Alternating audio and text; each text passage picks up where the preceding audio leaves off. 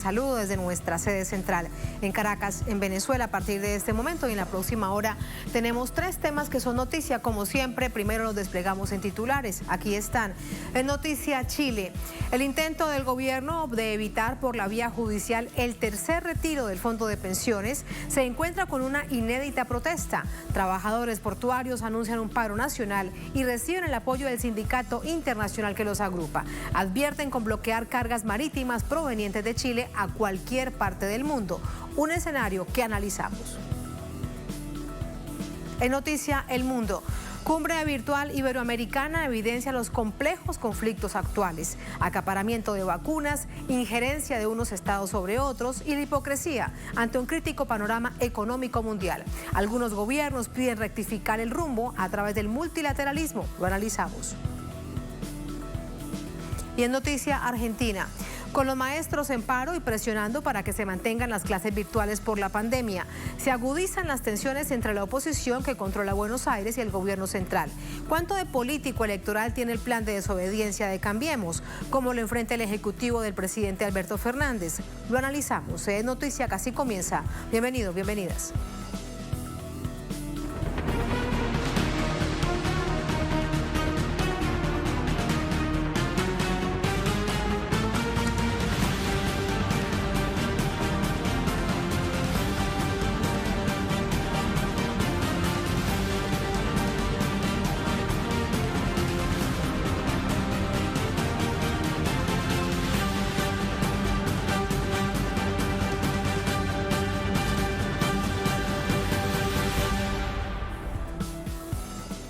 En noticia, Chile, el gobierno intenta frenar el tercer retiro de las AFP y los ciudadanos responden con protestas. La Unión Portuaria se fue a paro y es respaldada por el Sindicato Portuario Mundial. El proyecto se discute este jueves en el Senado. Son múltiples las reacciones de rechazo a la presentación que hizo el gobierno de Sebastián Piñera al Tribunal Constitucional para intentar frenar el tercer retiro del 10% de fondos de las administradoras de pensiones AFP. La víspera se registraron cacerolazos y protestas en varias comunas de la capital. Este miércoles el Consejo Internacional de Trabajadores Portuarios, IDC, manifestó su solidaridad con el pueblo trabajador chileno. Por ello, advirtió de un bloqueo mundial de cargas provenientes de Chile.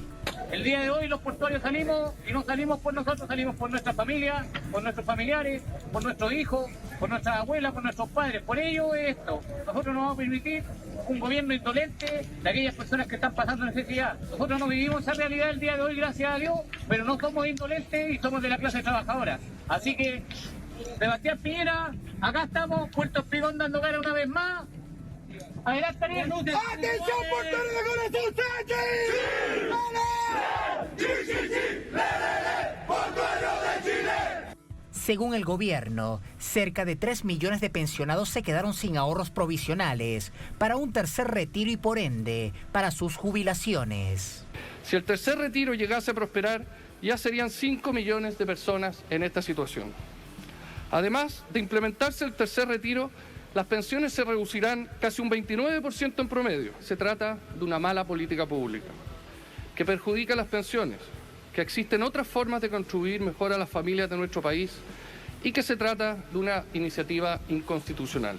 Pese a los intentos del gobierno de frenar el retiro del 10%, la Comisión de Constitución del Senado aprobó el proyecto de ley que finalmente se discutirá y votará este jueves.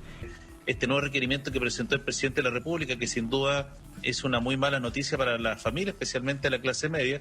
Esperamos que el Tribunal Constitucional pueda escuchar los distintos argumentos que se van a entregar en el Senado y que en su oportunidad se entregaron en la Cámara de Diputados para declarar la constitucionalidad de este proyecto y poder hacer realidad el tercer retiro. El retiro voluntario de los fondos representa una necesidad para los ciudadanos frente a la crisis económica que atraviesan millones de hogares, situación agravada por la pandemia. Para Piñera, no es suficiente que el pueblo tenga que lidiar con un perverso sistema de pensiones liderado por instituciones financieras privadas que administran como un negocio los fondos de ahorros individuales. Estos fondos invierten el dinero proveniente de esos ingresos y les cobran a los trabajadores comisión por las transacciones y otras cuotas. Más información a esta hora desde Santiago con nuestra corresponsal Paola Dragni. Paola, muy buenas noches. Preguntarte sobre todo la expectativa que se genera con respecto a lo que pueda suceder este jueves en el Senado. ¿Cómo estás, Tatiana? Un gusto saludarlo. Bueno, estaba justo ahora conversando con una colega que está ahí, trabaja con un senador, entonces es una primera fuente. Ella me acaba de confirmar que ya definitivamente esto no se va a ver hoy, pasa mañana. Que hay mucha incertidumbre, mucha pelea, mucha discusión, es en sala, pero también de forma telemática, porque claro, estamos a puertas de esta elección, ¿verdad?, del próximo 15 y 16 de mayo, y hoy votar en contra del retiro del 10% es tremendamente impopular. Entonces también los parlamentarios están entre el interés político, el firmar este cheque en blanco si votan en contra, o de ganarse la simpatía y ganar votos. Ese elemento, Tatiana, está siendo súper decisivo en esta discusión que probablemente hoy se va a alargar hasta la madrugada y va a continuar mañana. Las expectativas, la verdad, es que son bien divididas, porque, fíjate, ¿por qué el presidente Sebastián Piñera hace esta presentación al Tribunal Constitucional si ya han habido 2 retiros anteriores? Hay que recordar que ya fue el primer retiro el año pasado, el primero, el polémico, el más polémico de todos, luego el segundo retiro, que sí se discute en el Tribunal Constitucional, y ahora este tercer retiro. Entonces hay hechos consumados que dan cuenta de que no es inconstitucional, porque tampoco lo frenó ninguna de las comisiones de constitucionalidad que están en la Cámara y en el Senado. ¿Por qué el presidente entonces hace esto y no, por ejemplo, lo hace a través de un parlamentario, de algún senador que esté en contra, de algún diputado que esté en contra, para que el requerimiento entre por ahí y no directamente en el máximo mandatario del país? Porque si el Tribunal Constitucional da un portazo al requerimiento del presidente Sebastián Piñera, la verdad es que es su muerte política. Ese es el análisis que se está haciendo. ¿Por qué se inmola de esta manera el presidente? Él además hace este ofertón de último momento el lunes, donde amplía estos bonos de la clase media, que la verdad es que no le han llegado prácticamente a nadie. El trámite es bien engorroso, hay que presentar una serie de papeles para acreditar que se te redujo el sueldo y que por tanto no tienes el sustento. Y por otro lado, también se amplió lo que se llamó el ingreso familiar de emergencia. Sin embargo, la gente en las redes sociales, en la calle, no da cuenta de que estas ayudas estén llegando, y el presidente dijo que son a más de 13 millones de personas quienes serían beneficiadas, pero al parecer esto no está siendo así. Y lo último que es importante, Tatiana, es que esto que dice el gobierno, de que 5 millones de personas se van a quedar sin ahorros previsionales, da a entender que son tremendos ahorros previsionales, pero lo cierto es que son montos tan pequeños que para la vejez simplemente les iba a alcanzar 1 o 2 años con una pensión de $20, de $30 al mes, que aquí en Chile no alcanzas ni para pagar la electricidad, el servicio de agua o algo básico. Entonces, claro, retiran ese fondo, pero se van a quedar sin jubilación porque ya no tenían prácticamente jubilación. Son montos muy pequeños, entonces ahí también está la trampa en el discurso, donde te dicen, se van a quedar sin fondos de jubilación. Sí, claro, son unos fondos miserables, porque justamente son administrados por estas empresas que te cobran por administrar tus ahorros previsionales y que además se invierten en la bolsa. Por tanto, si en la bolsa, en esas acciones, caen las ganancias, pues cae tu jubilación, incluso en bastantes millones, como fue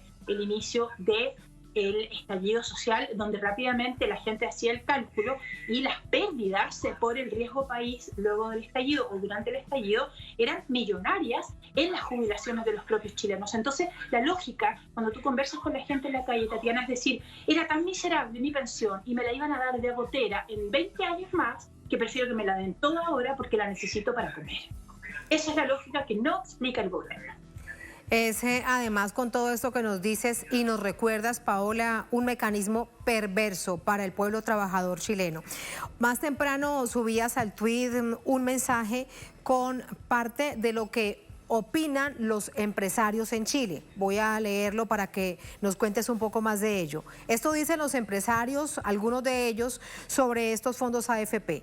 Flojos, desechables y aprovechadores. Algunas frases claves de la mirada que los empresarios chilenos tienen del pueblo que si sale a trabajar es culpable de los contagios y si necesita apoyo es flojera. Flojos, desechables y aprovechadores. Hay varios mensajes más. Dice, por ejemplo, uno de ellos, Carlos Soublete, presidente de la Cámara de Comercio de Santiago. No podemos matar toda la actividad económica por salvar las vidas.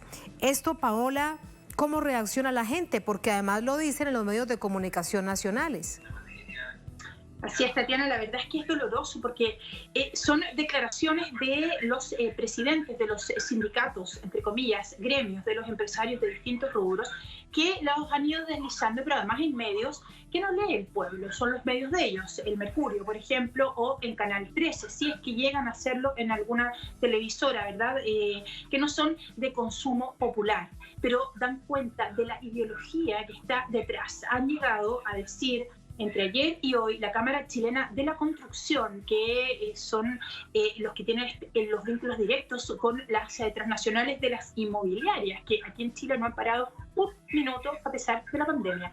Han llegado a decir que si el gobierno entrega el 10% más estas ayudas de bonos, simplemente la gente no va a querer ir a trabajar y el rubro de las inmobiliarias va a perder mano de obra y por tanto no va a poder cumplir los plazos de construcción de algunas obras. Es decir, es un desapego tremendo. Y esto, si uno lo mira, ¿no?, entendiendo que el presidente Sebastián Piñera finalmente es un empresario, esa es la lógica bajo la cual él está manejando el país, con mano de obra barata, que no tiene ningún valor, que además es justamente desechable, como tú misma citabas a Sublet, pero que además es floja y es fresca, porque quiere que le den todo regalado, ese concepto tan tremendo. Y cuando uno sale a la calle y ve que en medio de la pandemia, por ejemplo, los obreros de la construcción que siguen yendo a trabajar con el miedo al COVID, porque si no, se mueren de hambre. Esos son los dos Chiles, Tatiana. Está en juego hoy, además, porque hay que decirte que, si bien no es el tema, se aprueba hoy día también en la Cámara de Diputados la idea de legislar en el impuesto a los súper ricos. Entonces, estos empresarios que tú citas ahí en ese Twitter están indignados porque, por un lado, está este 10% del retiro que les masca su dinero fresco, porque los dineros de la jubilación de los chilenos es finalmente como el cajero automático de las empresas, es dinero fresco que está ahí para invertir, ¿no? Total, te lo voy a dar en 20 años más cuando estés viejo y te lo voy a dar de gotera. Mientras tanto, yo lucro con eso. Y por otro lado, este impuesto a los súper ricos. Muchísimas gracias, Paola, con el dinero además que hacen fiesta y el dinero de los trabajadores chilenos. Muchísimas gracias. Todo este asunto lo vamos a analizar de inmediato, Paola, gracias. Para ello nos acompaña Maximiliano Guerra, es comunicador audiovisual, miembro del colectivo multimedia Sudor Sudaca, nos acompaña desde Valparaíso. Maximiliano, ¿cómo está? Muy buenas noches.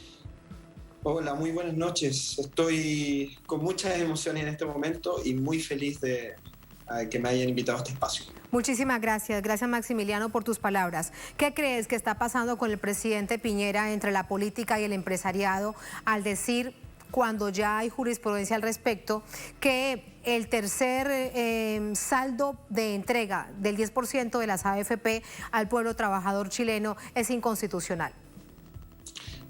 Bueno, lo que está sucediendo es que el presidente de este país, tal como lo ha hecho todo su mandato, ha salido en favor del macroempresariado de este país, como lo dijo Paola. Lo interesante de esto es que esta caja chica que tienen los empresarios, que son los fondos previsionales de los trabajadores, son fondos creados principalmente por los trabajadores. El presidente está recurriendo al Tribunal Constitucional en una medida desesperada por salvaguardar los intereses de esta élite. Paralelamente, los trabajadores están viviendo una de sus peores crisis, administrada también por un gobierno de corte fascista, criticado por diversos organismos internacionales, entre ellos Amnistía Internacional. Yo le recomiendo a la gente que nos está viendo que lea, que googlee Amnistía Internacional, Informe de Derechos Humanos Chile, ese informe. Y lo que está ocurriendo es lo que ha venido pasando desde el inicio de la pandemia.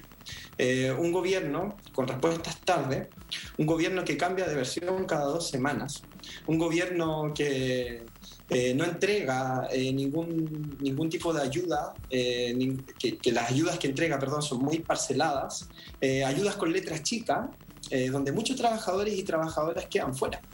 Recordemos que Chile es un país monoproductor que vive del cobre, pero también tiene una naciente población de trabajadores independientes. En las calles de nuestro país, Santiago, es cosa de mirar, yo le hago este paneo a ustedes que nos están mirando desde muchos países, siguen habiendo trabajadores ambulantes que no pueden acceder a ninguna clase de bonos. Entonces, cuando se les niega el 10%, cuando se les niega el 10% a las familias sin ningún tipo de ayuda, cuando se les niega el 10%, que es fruto de sus esfuerzos, lo único que identificamos es nuevamente la defensa irrestricta de los sectores de derecha de este país por salvaguardar la integridad económica de las empresas. En este caso, de la Cámara Chilena de la Construcción, de la Cámara de Comercio. Hace poco salvó a casinos, a Enjoy, lo pueden revisar también, les recomiendo a la gente que googlee Enjoy, Gobierno de Chile, y ahí va a salir toda la información. Entonces no tiene ningún compromiso con la población. Su compromiso es con salvaguardar las empresas, como lo mencioné, y mantener el orden institucional y constitucional de Pinochet. Sí, Maximiliano, estamos hablando entonces de un presidente que cumple funciones es como empresario, acompañando al empresariado, los intereses del empresariado y no en lo más mínimo, de acuerdo a todo esto que estamos viendo, los intereses del pueblo chileno en un momento tan complejo para el país. Pero yo te escucho y me pregunto, ¿qué efecto tendrá esto sobre las próximas elecciones? Bueno, lo que va a ocurrir, sin hacer política ficción o lo que está pasando, y que me parece, para complementar lo que tú dices, es que las grandes fortunas el año 2020, pese a todas las crisis mundiales, las grandes fortunas de Chile, pese a todas las crisis mundiales producidas por esta desagradable pandemia, ellos aumentaron su capital en un 20%. Ellos aumentaron sus utilidades, con crisis y con todo. Entonces nos parece extraño cuando la Cámara Chilena de la Construcción dice que esto va a afectar la economía. Con respecto a las elecciones, y en esto soy súper concreto, yo me parece que es importante que avancemos hacia el reconocimiento de la necesidad de construir un instrumento de unidad.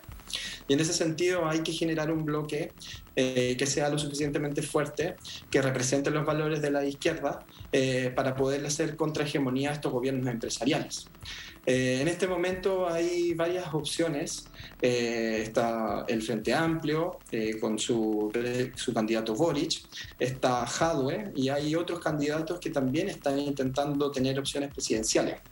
El mandato popular de octubre fue ultra concreto y lo que quiere es mejorar la calidad de vida de un sector mayoritario de la población. Lo que necesita el pueblo chileno es mejorar pensiones, redistribuir la riqueza. Necesitamos consagrar. Eso es un asunto fundamental, Maximiliano, cambiar este modelo perverso de las llamadas AFP. Estos fondos de pensiones que hacen fiesta con la plata de los trabajadores y al final de su vida laboral, que deberían entregársela, resulta que reciben casi nada. Sí, y hay que revisar también las experiencias comparadas de otros países. En ese sentido, yo creo que lo necesario es un sistema tripartito. Eso es lo que necesitan los trabajadores de Chile y de reparto. O sea, es necesario que nuestras platas no estén en Nueva York dando vueltas, que no sirvan para construir malls y carreteras que además se las concesionamos a los españoles. O sea, ¿qué sentido tiene, compañeros, compañeras? Yo le hago también el guiño a los otros países que están viviendo procesos de corte neofascista. Es extremadamente necesario que los dineros de las pensiones pertenezcan a los afiliados y no estén secuestrados por las empresas. Es necesario construir un nuevo sistema de pensiones en Chile y es necesario que también lo que ha pasado en Chile con la AFP sirva de referencia para el resto de países del mundo, como todo lo que no hay que hacer. Sí, y en este sentido hay algo que ha llamado mucho la atención y es cómo los trabajadores portuarios, que bien entendemos es una parte gruesa que mueve la economía del país, anuncian un paro en producto de la indignación y el gremio a nivel mundial los acompaña. ¿Qué implicaciones crees que puede tener esto? Bueno, el sector portuario, Chile es un país largo, con una costa pacífico muy grande. El puerto es la entrada y salida de este país. En ese sentido, yo celebro la instancia y la valentía de los trabajadores y de las trabajadoras portuarias que han podido parar, que han podido también hacerle un llamado a los otros gremios a parar. Es importante, es fundamental la unidad sindical, es importantísimo que los otros gremios de este país imiten a este gremio que ha ido a la vanguardia y ha puesto en jaque a este gobierno. Lo que puede producir, lo que es muy interesante, es que otros gremios como el cobre, como los trabajadores del sector público también puedan parar, pese a que está todo medio digitalizado, pero nos parece absolutamente importante apostar a un paro de sectores productivos de este país. Es fundamental, es donde le duele a este empresariado, tocarle la médula espinal, que son los sectores productivos. Y en ese sentido, el puerto es un sector productivo y es fundamental que los otros sectores productivos imiten la conducta de los trabajadores portuarios. Yo celebro la instancia porque finalmente, después de todos los intentos que ha hecho la patronal por desarticular la organización sindical, estos sindicatos de la nada, sufriendo persecución, han logrado rearmarse en estos últimos 20, 30 años y construir una retaguardia popular con la cual han peleado mucho, han logrado visibilizar derechos como es ahora y solidarizar con luchas, como fue el 12 de noviembre, que la Unión Portuaria paró el 12 de noviembre del 2019, y ahora por el tercer retiro. Entonces es fundamental la unión entre los trabajadores de los sectores productivos y el pueblo de Chile.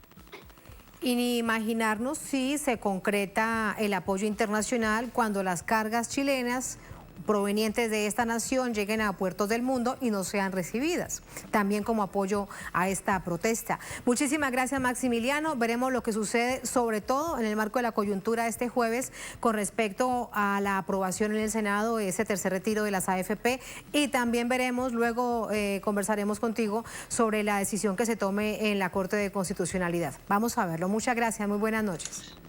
Muy buenas noches. Muchas gracias. Así nos vamos a una pausa en esta emisión de Es Noticia. Al volver en Noticia El Mundo, Cumbre Virtual Iberoamericana evidencia los complejos conflictos actuales, el acaparamiento de las vacunas, la injerencia de unos estados sobre otros y la hipocresía ante un crítico panorama económico mundial. Algunos gobiernos piden rectificar el rumbo a través del multilateralismo. Lo analizamos al volver en Es Noticia.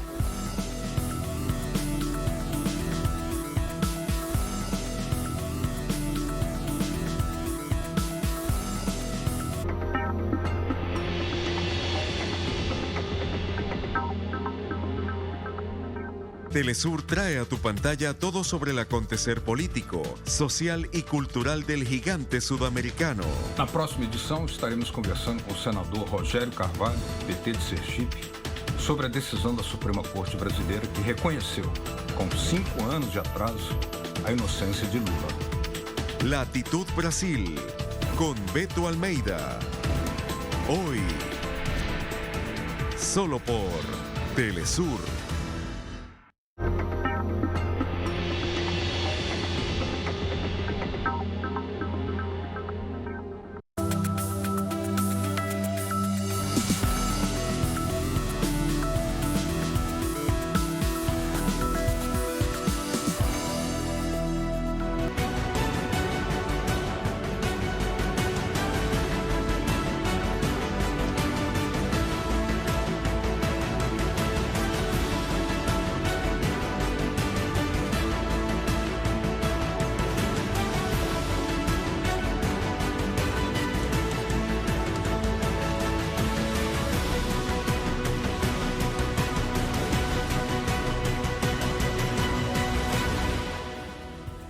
En Noticia El Mundo, la Cumbre Iberoamericana sesionó este miércoles con el llamado a sentar bases para una recuperación justa, equitativa y sostenible en complejos momentos por los que atraviesa el planeta debido a la pandemia.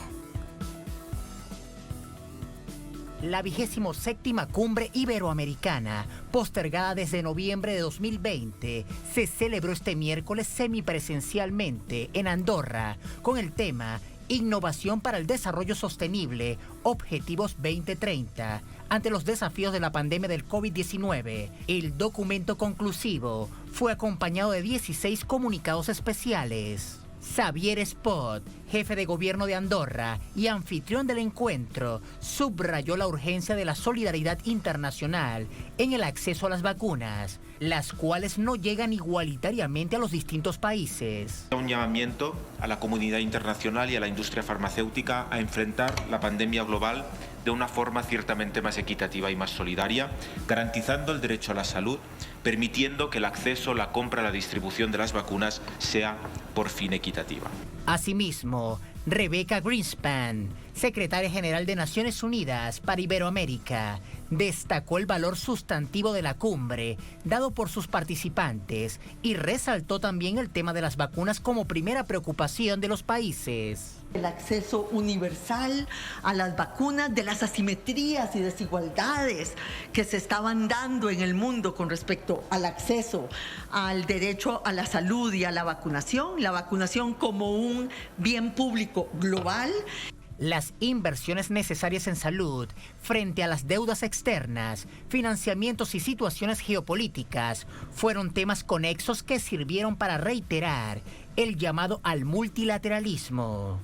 Entre las participaciones telemáticas de la cumbre, destacaron la del presidente boliviano Luis Arce y la vicepresidenta de Venezuela, Delcy Rodríguez, quienes denunciaron la inequidad propiciada por las grandes potencias. Tal como han denunciado incluso las Naciones Unidas y la propia Organización Mundial de la Salud. Los países ricos han comprado más de la mitad del suministro de vacunas en el mundo, cuando solo representan el 16% de la población mundial. En consecuencia, más de 100 países no han vacunado ni a una sola persona. En los países de renta alta, 1 de cada 4 ciudadanos es vacunado. En los países de renta media y baja, 1 de cada 500 ciudadanos. Hay una terrible desigualdad y yo estoy muy complacida de haber escuchado que aquí hay la misma preocupación compartida por los pueblos del mundo. La crisis económica mundial pone en jaque a las naciones en vías de desarrollo, por lo que, en contexto de pandemia, el bloque iberoamericano unifica criterios. Las vacunas son un derecho, no una mercancía. Vamos a analizar el resultado de esta cumbre con el doctor Alejandro Álvarez Bejar. Él es doctor en Sociología, economista, profesor en la Facultad de Economía de la Universidad Nacional Autónoma de México, experto en procesos de integración, nos acompaña de Ciudad de México. Profesor, ¿cómo está? Bienvenido, ¿cómo le va? Gracias, buenas noches ya. Bien, a la orden aquí con ustedes. Muchísimas gracias. Profesor, primero quiero conocer cuál es su opinión acerca de la cumbre iberoamericana. Quiero comenzar primero por allí, teniendo en cuenta que hemos escuchado durante esta jornada distintas visiones de aquellos que consideran que esta cumbre puede servir para mucho, otros dicen que esta cumbre pues no sirve para nada. Pues yo creo que aunque ha sido una cumbre virtual que relativamente se vería disminuida respecto a otro estilo de encuentros, digamos, no virtuales. Me parece que la cumbre es una herramienta muy importante porque permite que se escuchen las voces de quienes están hoy en día sufriendo pues un manejo geopolítico de las vacunas y luego también con una actitud de aislacionismo, tratando de caminar económicamente sin un esfuerzo coordinado y colectivo global, con un esfuerzo multilateral. El tema económico y la pandemia están estrechamente relacionados y por supuesto ahí se ve la importancia de las vacunas. Si no hay un proceso de inmunización acelerado global, entonces lo que vamos a ver es que en algunos países va a haber recaídas en condiciones de confinamiento, de encierro y de parálisis económica, que lo que va a provocar es una contención del impulso económico cuando ha habido caídas muy severas en la actividad económica de naturaleza combinada, porque hay lo que llamamos un choque de oferta, porque hay actividades que se paran por la pandemia, y un choque de demanda porque hay caídas en los ingresos y eso impide que la demanda opere en condiciones favorables. Entonces, la vacunación es una necesidad colectiva global para poder sostener la recuperación económica colectiva. Si no ocurre eso, entonces lo que vamos a ver es un aumento de la asimetría en el comportamiento económico. En el caso de los países de ingresos bajos y medios, un problema que hay es que se requiere urgentemente hacer a un lado el pago de la deuda externa y dar elementos de alivio económico para que los países puedan enfrentar la pandemia con éxito. Y estamos viendo condiciones de asfixia económica porque esto no está ocurriendo. Una solución de fondo, desde mi punto de vista, es esto que reclama la cumbre iberoamericana, en el sentido de decir, requerimos que haya un acuerdo multilateral para echar a andar las condiciones que permitan a países de ingresos medios y bajos enfrentar la pandemia. Pero la otra cosa es que como hay una acumulación obscena de las vacunas en manos de unos cuantos países, se tiene que empujar también en la dirección de quitar los derechos de propiedad intelectual sobre el asunto de las vacunas para permitir que se produzcan donde quiera que sea esto factible. Tenemos varios problemas. Hay indicios de oleadas nuevas de contagio y de fuentes nuevas de contagio. Incluso algunas oleadas extremadamente agresivas, como en el caso de la India, en Nueva Delhi, que lo que están planteando es que la India, que es un productor de vacunas, probablemente cancele sus exportaciones por tener que atender una urgencia nacional. Si no entendemos que el nacionalismo es el peor de los obstáculos ahora para poder enfrentar la pandemia, es que un asunto central es que nadie tenga derecho sobre la propiedad intelectual de las vacunas. Tomemos en cuenta que en todos lados, especialmente en Estados Unidos, todas las vacunas se han desarrollado con fondos públicos. Entonces, esto es una desgracia, ¿verdad? Se socializan las pérdidas y se les da la privatización de las ganancias a los grandes gigantes farmacéuticos, que en estas condiciones debiera hacérseles a un lado. Se crean las vacunas con el bolsillo de los contribuyentes y resulta que los privados son los que se enriquecen. Es realmente paradójico y para millones indignante. A todo esto, profesor, mire usted que ha pasado algo más con un asunto transversal que bien usted nos explica, la vacunación, la asimetría que existe con respecto a los países ricos versus países de renta baja y media, con una cantidad de necesidades, pero que no se toman. Por ejemplo, el FMI no se pronuncia con respecto a la disminución ni siquiera de la deuda externa, tampoco lo hace el Banco Mundial. Mucho menos hemos escuchado mensajes sobre condonar deudas. Pero también hemos visto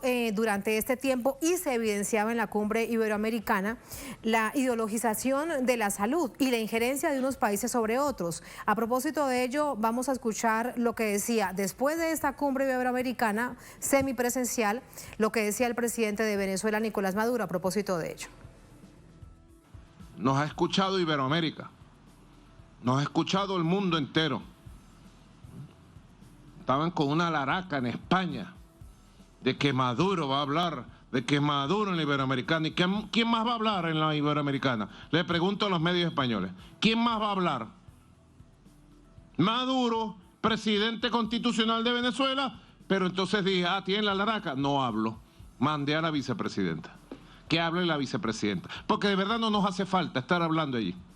Lo que nos hace falta es estar trabajando aquí por la economía, por la recuperación, contra el bloqueo, contra las sanciones. Ahí sí estoy yo.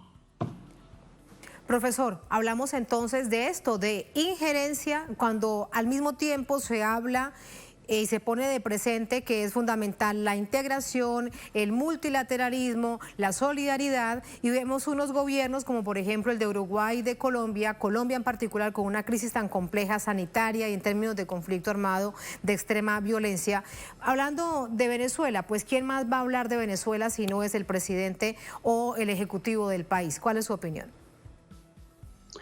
Bueno, yo creo que es importantísimo escuchar las opiniones al más alto nivel y cambiar el curso de las acciones de corte militarista, intervencionista en toda la región, especialmente contra Venezuela, porque lo que se requiere es un esfuerzo conjunto, porque el problema es colosal. Y entonces, en estas condiciones, bueno, pues es una desvergüenza que se te estén aplicando sanciones económicas, que se estén robando recursos de los países cuando hay una necesidad urgente de canalizar todos los esfuerzos a la superación de la pandemia.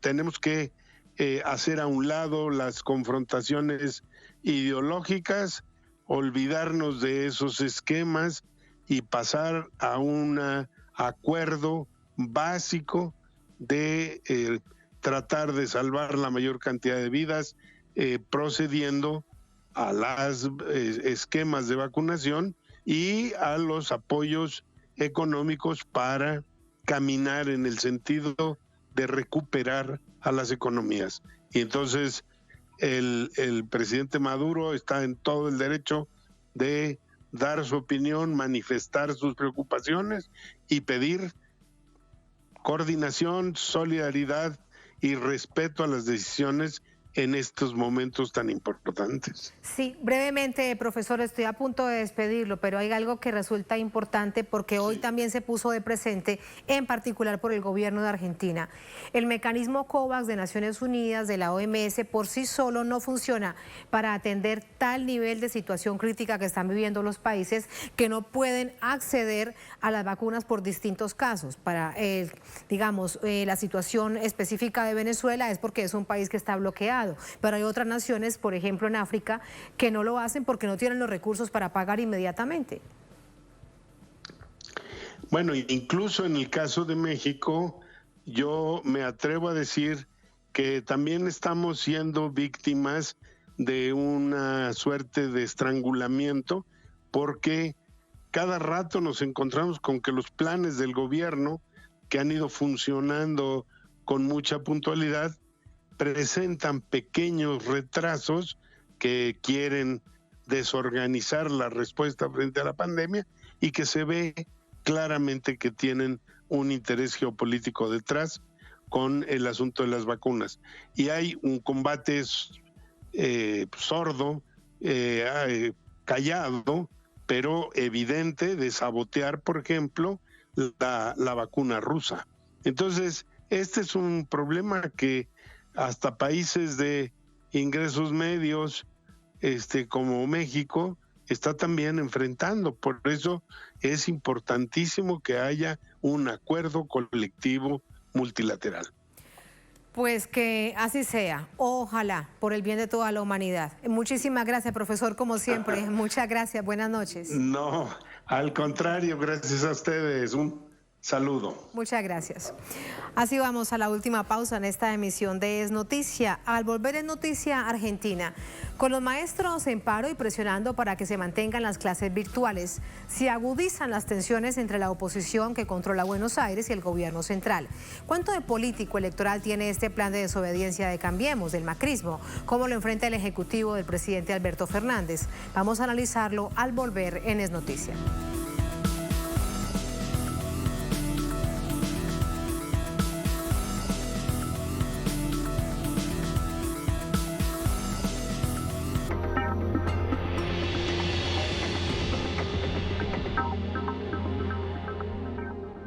Telesur avanza tecnológicamente para seguir acompañando a los pueblos del mundo.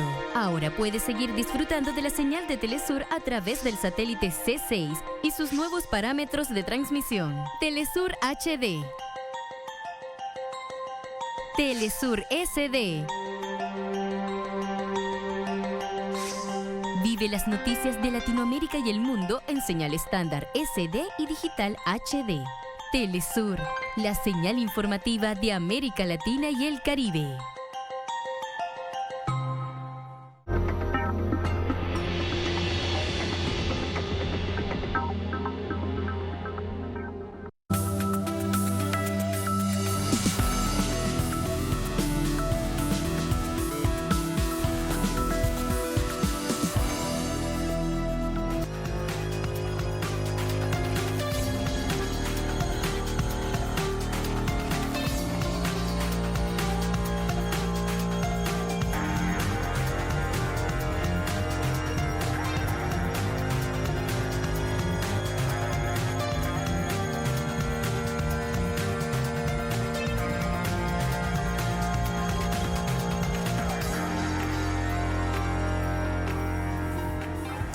En Noticia Argentina, el gobierno de Buenos Aires se enfrenta a decisiones del Ejecutivo Nacional en relación a clases virtuales, mientras el paro de maestros continúa. La fuerza política que lidera Mauricio Macri continúa judicializando las decisiones adoptadas por el presidente Alberto Fernández para salvar vidas y evitar que se propague aún más la COVID-19. Diversos sectores de la ciudad autónoma de Buenos Aires advierten que la negativa del gobierno de Horacio Rodríguez Larreta a que las clases se den en forma virtual solo genera incertidumbre y confusión en los porteños. Esta decisión de Larreta se inscribe en una batalla que estamos dando muy dura contra la pandemia, que no es solamente contra el virus, ni mucho menos. Es una batalla en primer lugar contra el fascismo de la región, que tiene la cara de Bolsonaro, de Piñera, de Duque, de Lasso probablemente, y que tiene la cara de Larreta y del macrismo. Este fascismo que dice no importa cuántos se mueran, no importa quiénes se mueran, lo que importa es preservar los negocios de las empresas educativas y el conjunto de los negocios. Un gravísimo hecho que implica institucionalizar la desobediencia civil que Juntos por el Cambio viene promoviendo hace tiempo. Y la última batalla que estamos dando es la batalla contra el lawfare, por la liberación de los presos políticos del lawfare, pero no solo, sino con el uso del Poder Judicial para administrar los debates políticos y las confrontaciones políticas. Estamos en una guerra muy dura que se profundiza con el virus de la COVID. En eso estamos, requerimos solidaridad, requerimos estar cada vez más unidos y fortalecer nuestra fuerza para ganar esta guerra. Para los entrevistados, el macrismo eligió el camino de la judicialización de la pandemia y de la política en pleno año electoral. Larreta en la ciudad de Buenos Aires está llevando adelante una verdadera sedición educativa. Es decir, que no cumple con el decreto de necesidad de urgencia que el presidente Fernández dispuso para limitar la circulación de la población, también por la educación presencial, llevar la educación nuevamente a la virtualidad y así restringir el contagio entre las personas que circulamos. La comunidad educativa y los trabajadores estatales porteños continúan con cese de actividades y advierten que la administración Larreta comete un delito. Nosotros tenemos la convicción que necesitamos priorizar la salud por sobre la política y la situación judicial. El mensaje para las personas que viven en la Ciudad de Buenos Aires es que la fundamentación del Gobierno Nacional en relación a las medidas que se implementaron es priorizar la salud y es poner en valor y poner en jerarquía el riesgo colectivo. El planteo, digamos, a la justicia es fundamentar lo mismo que dice el DNU. Se está hablando de una situación, de una pandemia inédita a nivel mundial. Argentina está viviendo el peor momento de la pandemia desde que inició la pandemia. Ahora resta esperar que la Corte Suprema de Justicia se expida sobre la constitucionalidad del decreto presidencial que dispuso la no presencialidad en las aulas durante 15 días en el Gran Buenos Aires y la capital de Argentina. Carolina Silvestre, Telesur, Buenos Aires. Vamos a entrar con el análisis. Para ello nos acompaña Jorge Elbaum, sociólogo, doctor en ciencias económicas, escritor y periodista. Nos acompaña desde Buenos Aires. Doctor Elbaum, ¿cómo está? Muy buenas noches, bienvenido. Muy buenas noches, muchísimas gracias a ustedes por el llamado. Muchísimas gracias. Cuando primero revisamos los hechos políticos, doctor Elbaum, ¿cuál es la estrategia del macrismo? ¿Qué es lo que pretenden políticamente hablando? Es una estrategia electoral mezquina y sanguinaria. Pensemos que en Argentina hoy, en el día de hoy, en el hospital de niños hay 50 niños internados por COVID, 2 de ellos en terapia intensiva y a pesar de lo cual están electoralizando una pandemia. Es decir, quieren obtener un rédito político en un año electoral a costa obviamente de la salud de los argentinos e incluso de los niños que están siendo contagiados por esta peste de la misma manera que los adultos. Sí, ¿cuántos cree usted en términos de padres, de madres, de acudientes, podrán estar pensando que esto es una buena decisión? Porque el asunto es la vida que se está tratando de proteger. Es decir, ese mensaje del macrismo, ¿cuánto cala?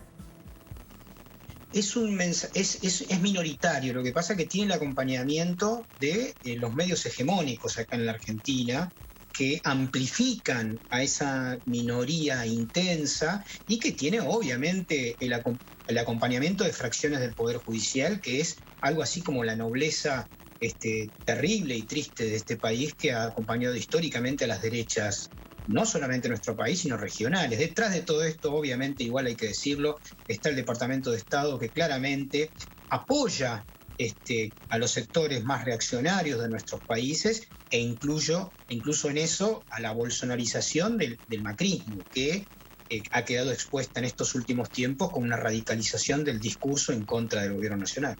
Sí, doctor Elbaum, y están tratando de buscar mecanismos para desgastar al gobierno del presidente Fernández, tratar de convertir a Buenos Aires, que tienen además allí este fortín político, pues en eso, en convertirse en el eje de la oposición permanente en contra del presidente Fernández. Sin duda, y además tengamos en cuenta que el candidato que la derecha está llevando como candidato a presidente para las próximas elecciones es el actual jefe de gobierno de la Ciudad de Buenos Aires, Horacio Larreta. Es decir, lo que intentan hacer es desgastar al gobierno y al mismo tiempo fortalecer a quien es el jefe de gobierno de la ciudad, que es el heredero de Macri. Pensemos que cuando Macri dejó el gobierno de la Ciudad de Buenos Aires, dejó a Rodríguez Larreta, quien hoy está lanzado a ser el referente de la derecha para aprovechar la situación terrible económica que genera la pandemia y sobre eso montarse para desprestigiar al gobierno. En realidad es una política que está llevando la derecha en nuestro país, que utiliza el contagio, la enfermedad y la muerte como parte de su campaña política. Sí, usted nos dice todo esto y empieza uno a atar cabos y a entender cómo va esta estrategia de cara a las elecciones. Diríamos al primer tiempo que serían las PASO. Además de Larreta, ¿qué otras figuras se la están tratando de jugar en una situación tan dolorosa como esta, que es poner a la salud en entredicho, a la vida misma? Ese es el frente de Juntos por el Cambio, que incluye al PRO de Macri, Rodríguez Larreta, a Patricia Bullrich, y también a los remanentes de la histórica Unión Cívica Radical, que se han quedado en ese partido, son minoritarios también, pero que juntos intentan aprovechar una situación lógica de crisis económica que implica la pandemia, no solamente en Argentina, sino en todas partes del mundo, en una oposición furiosa de desestabilización y de tratar, insisto, de aprovechar la situación de muerte y de contagio para obtener una ventaja política. Realmente es de un nivel de mezquindad que no está visto en muchas partes del mundo. La verdad que en muchos lugares la oposición se comporta de una manera mucho más civilizada y no se monta sobre una situación tan desesperante de la gente para hacer política. Sin embargo, la derecha en nuestro país, muy similar, insisto, a la derecha bolsonarista, está haciendo todo lo posible para desprestigiar al gobierno de Alberto Fernández y obtener una miserable ventaja electoral en este año. Sí, doctor Elbaum, ahora sobre el sistema educativo. El gremio de maestros en Buenos Aires hacen un paro porque se oponen a que Rodríguez Larreta mande a los niños, niñas y adolescentes a las escuelas y a los colegios a que se contagien, porque el proceso de vacunación no está completo en el país, aunque valga decir que está avanzando bastante rápido. Sin embargo, vemos que están en un pico muy complicado de contagios. Pero aparte de esto, ¿qué pasa con el sistema educativo en la ciudad? ¿Acompaña o no acompaña una decisión tan irracional como esta? El sistema educativo en Argentina tiene una parte pública y una parte privada. En la parte pública hay un acatamiento casi completo de los docentes, maestros y profesores al paro exigido por los sindicatos. En la parte privada, dado que son lugares casi mercantiles, exigen a los trabajadores del ámbito educativo y los someten a presiones obviamente salariales y de posibilidad futura de despido. En ese marco obviamente hay un acatamiento menor, pero recordemos que en el gobierno de la ciudad, si hay algo que no les ha interesado, ni durante la época del macrismo, ni en la actual época, es la educación. Han bajado, incluso antes de la pandemia, sistemáticamente los aportes educativos en el ámbito público. Evidencia que han denunciado los sindicatos durante una década que ha gobernado el PRO esta ciudad de Buenos Aires, con lo cual es un nivel de cinismo terrible advertirle a la sociedad que les interesa la educación. A la derecha nunca le interesó la educación ni la igualdad, ni en Argentina ni en ninguna parte del mundo, y llevar la bandera de la educación en este momento, en el medio de la pandemia, es de un nivel de sadismo cínico que realmente no tiene límites y que quedará en los anales de la vergüenza de este país. Y ahora la usan de una manera política y oportuna, u oportunista, digamos. Ahora, doctor Elbaum, ¿cómo ha visto usted la respuesta del gobierno central? El presidente Alberto Fernández dice, esto se va a la Corte Suprema de la Nación. En un momento tan complejo donde deberían todos los esfuerzos estar centrados en salvar las vidas, aparece ahora esta situación. Sí, la realidad es que fracciones, incluso fracciones de la Corte Suprema, acá son 5 miembros, uno de los 5 miembros, la única mujer, decidió no avalar el pedido hecho por el gobierno de la ciudad, y es muy probable que se constituya un choque de poderes, porque el gobierno nacional de ninguna manera va a desistir de cuidar a su población, e incluso aunque la Corte Suprema se expida en contrario, hay un debate constitucional de fondo muy técnico que limita las posibilidades de la Corte Suprema para refrendar lo que está pidiendo Rodríguez Larreta. De hecho, hay varias causas que la derecha del gobierno de la ciudad está intentando que resuelva la Corte Suprema, que sin embargo no tiene ni siquiera competencia para cuestionar un decreto de necesidad de urgencia del presidente de la Nación, que el único ámbito que lo puede cuestionar es el Congreso de la Nación. Un decreto de necesidad de urgencia es una ley hasta que el Congreso en Argentina diga lo contrario. Y si no dice lo contrario, tiene fuerza de ley, por lo tanto, de ninguna manera, ni siquiera la Corte Suprema podría tenderlo para atrás. Lamentablemente, la nobleza del Poder Judicial que existe en nuestro país hace que sea todavía un reducto donde los sectores de derecha se sienten más cómodos, y es por eso que apelan a estos espacios que implicarán obviamente un conflicto de poderes. Para despedirlo, y si revisamos un poco más a fondo, lo que se requiere entonces es una profunda reforma judicial para poner las cosas en su sitio, para poner todo en orden. Indudablemente, y probablemente esta situación la agilice porque pone en claro, blanco sobre negro, que tenemos un sistema judicial que atrasa 50 años. O sea, el único poder del Estado que atrasa es el Poder Judicial. La verdad es que el Poder Ejecutivo, el Poder Legislativo han acompañado los procesos democráticos luego de la recuperación a partir de 1983 y, sin embargo, fracciones del Poder Judicial, sobre todo la Justicia Federal y la Corte Suprema, tienen una visión cercana al siglo XIX. Bueno, habrá que en todo caso en el marco del Congreso de la Nación generar una Corte Suprema más dinámica, por leyes constitucionales obviamente, y reducir las capacidades de daño que tienen estos sectores que están aliados con los poderes hegemónicos locales, mediáticos, judiciales y también obviamente de la diplomacia de Estados Unidos. Doctor Elbaum, muchísimas gracias por ese análisis. Muy buenas noches. Muy buenas noches a ustedes. Muchas gracias. Gracias a ustedes por habernos acompañado. Ponemos punto final a esta emisión de Noticia. Un placer como siempre. Sigan con nosotros. Hasta mañana.